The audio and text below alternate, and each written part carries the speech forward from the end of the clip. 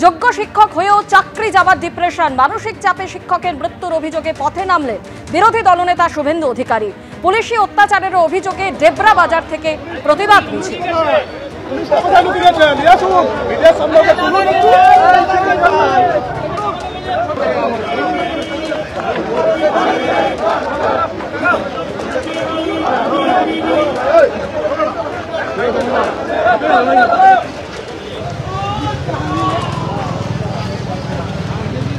এই রাজ্যে একটি বর্বর সরকার আছে, তার মুখ্যমন্ত্রী অমানবিক, তার মুখ্যমন্ত্রী শুধু টাকা গুনতে জানেন, চাকরি চুরি করতে জানেন, আর সাথে সাথে পুলিশকে দলদাস হিসেবে ব্যবহার করে তিনি এই কাজ করতে জানেন।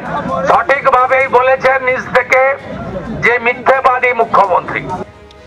অবশেষে মণিপুরে গেলেন প্রধানমন্ত্রী নরেন্দ্র মোদী এবং সেখানে গিয়ে সাধারণ মানুষের সঙ্গে তিনি কথাও বললেন। আর প্রধানমন্ত্রীর সঙ্গে কথা বলতে পেরে সামনে মণিপুরবাসীরা কান্নায় ভেঙে পড়লেন।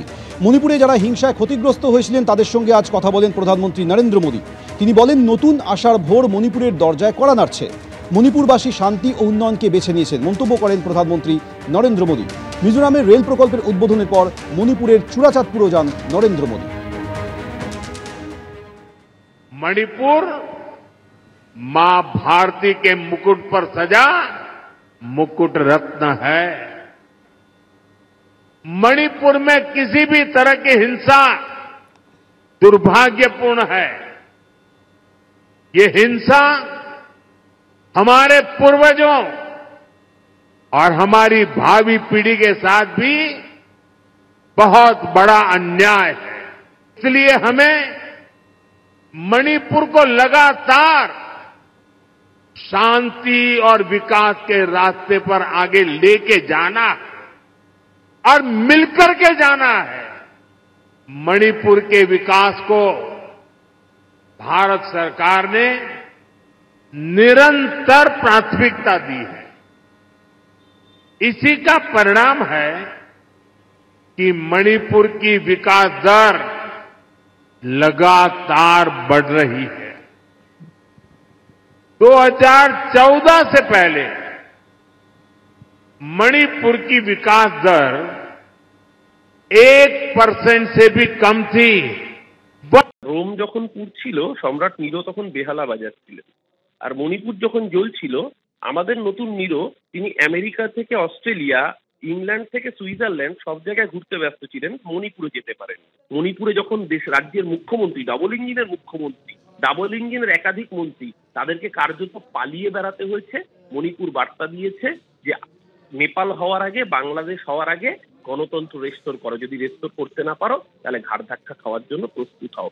এই যে জাতি দাঙ্গা লাগিয়ে দিয়েছে, তার এক এবং একমাত্র কারণ বিজেপি সরকারের ডাবল ইঞ্জিনের অপদার্থতা, সিদ্ধান্তহীনতা এবং যে অর্ডারকে, কোর্ট অর্ডারকে কেন্দ্র করে সেটা সম্পূর্ণভাবে বিজেপির পরিকল্পিত এজেন্ডা ছিল, যার ফল আজকে এই জাতি দাঙ্গা। নিজের রাজনৈতিক স্বার্থ সিদ্ধ করার জন্য গোটা রাজ্যকে জ্বালিয়েছেন। আজকে যতই জল ঢালার চেষ্টা করুন, সেই রাজ্য যখন জ্বলে পুড়ে খাক হয়ে গিয়েছে, নরেন্দ্র মোদীর দলকে তার খেসারত দিয়ে দিয়েছে লোকসভা নির্বাচন। আগামী বিধানসভা নির্বাচনে মণিপুরে ভয়াবহ ভরাডুবি হবে।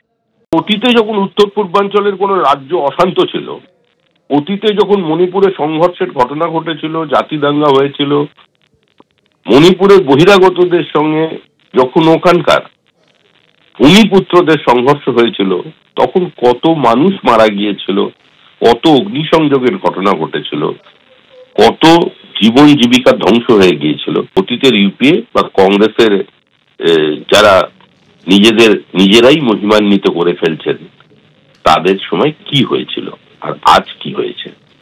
কিন্তু দুর্ভাগ্যের বিষয় এটাই যে দেশের প্রধানমন্ত্রী নরেন্দ্র মোদী যখন আজকে ঘটনায় ওখানে গেছেন, সম্পূর্ণ পরিস্থিতি শান্ত করবার জন্য প্রতিনিয়ত চেষ্টা করা হয়েছে। পার্লামেন্টের উভয় কক্ষে দাঁড়িয়ে যখন দেশের গৃহমন্ত্রী মণিপুর সম্পর্কে তার অবস্থান স্পষ্ট করেছেন, তখন বিরোধীরা কোনো কথা বলেননি।